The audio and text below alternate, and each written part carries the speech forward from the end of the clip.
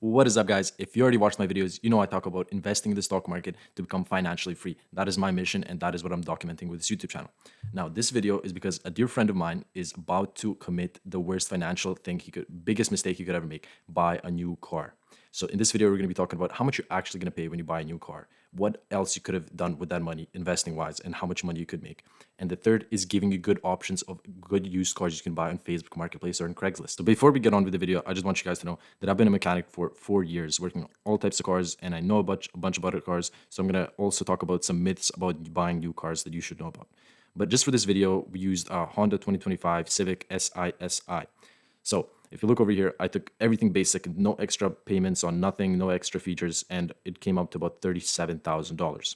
So in reality, if you go to the dealership, you're most likely going to pay $40,000.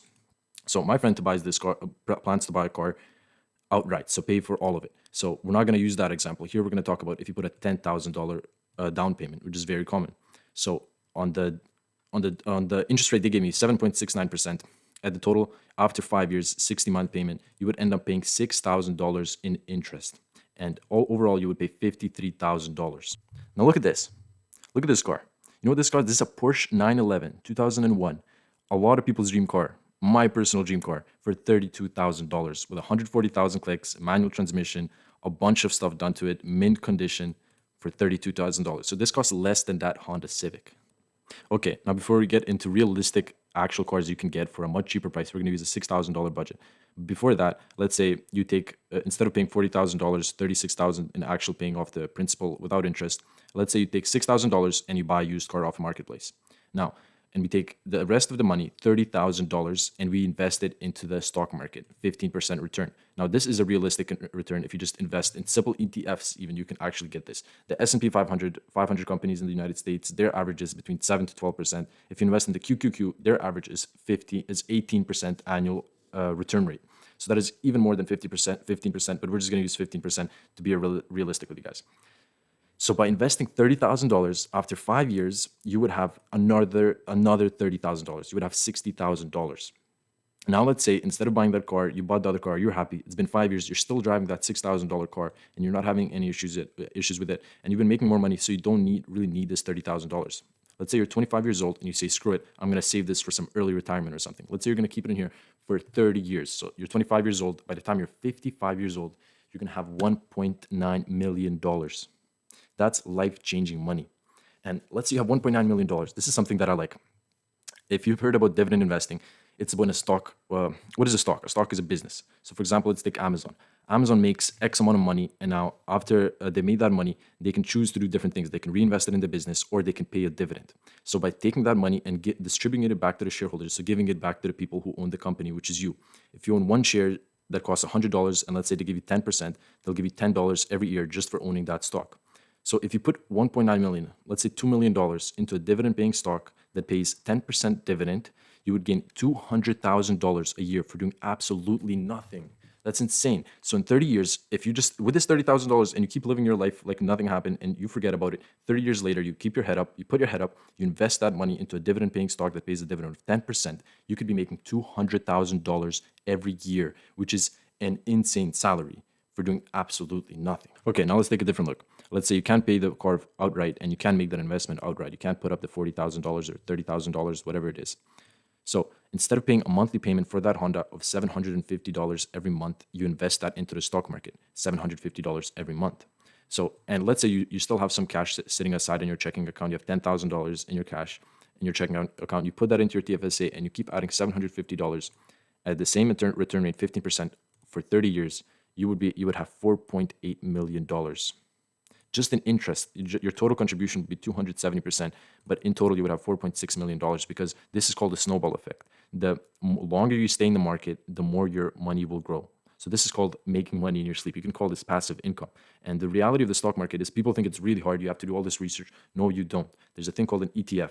So there's professionals that you pay a management fee of like 0.3%, so which is pretty much nothing, that pick the companies for you. And there's very big ones like S&P 500, QQQ, which have billions and billions of dollars under management, and they invest in the same companies. There's 10 companies that are 50% of your portfolio. I might be losing you guys, but the key is you can invest into one ETF, have exposure to the whole stock market, do absolutely nothing, and make 15% on your money every year. Now, I live in Canada, in BC, and in here, Japanese cars are very expensive because everybody loves Japanese cars because of their reputation of not breaking down. Now, in reality, all cars break down, but for $6,000, you can get this 2007 Honda Civic. So this is realistic. 200,000 kilometers, this thing can go to 400,000 easy. Mechanically perfect, just some cosmetic damage. Who cares? It's a car. It drives. Cool car is Mazda's. Not because it's cool. It's because it's good on gas. This one's a manual. I literally just opened Marketplace and I'm looking through this. But look at this. Realistically, you can get a good car for $4,000 that you don't have to worry about breaking down. And you can even get a BMW for $4,000. If you want it to look cool, here you go. $4,800. This is a BMW that most likely will break down on you. So even though German cars are awesome, Mercedes and BMWs, the only reason I own them is because I'm a mechanic and I'll be ready when it breaks down, because it will break down. All right, guys, now let's talk about some of the other reasons why I would never buy a new car. So when you have a new car, you're paying high registration rates, you're paying premium insurance, you're paying more insurance because it's a brand new car, it's worth more. The biggest thing, depreciation. On average, when you drive that car off the lot, you lose 30% of the value. And within 5 years, you will lose at least 60% of the value. So that $53,000 you ended up paying for that car, now after the 60% depreciation over 5 years, you're only left with $22,000. And in reality, that car, especially if you scrape that up or anything, you'll be lucky if you sell it for $18,000, $15,000. Now, really big thing that everybody says is you have warranty. You have warranty. You have free oil changes, free all this. So the number one thing that I like for everybody to know is go find a good mechanic. Ask around your friends if there's any actual mechanics. For example, I'm a mobile mechanic. So when I go to your house, I fix your car, and I don't have to rip you off because I don't have an insane rent to pay. I don't have a bunch of mechanics to pay. I don't have a bunch of taxes to pay. And now the big thing with warranty and new cars is these new cars, they're built to break down right after your warranty, because these car companies are making a bunch of money off service. When you go to the dealership to repair that car, that's where they make their money, double their money they're making off you.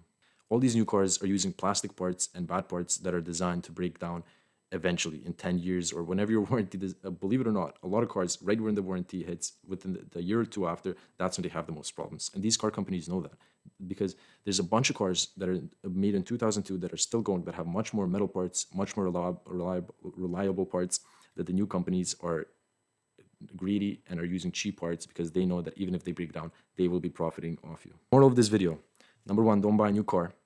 Open Facebook Marketplace and every day check.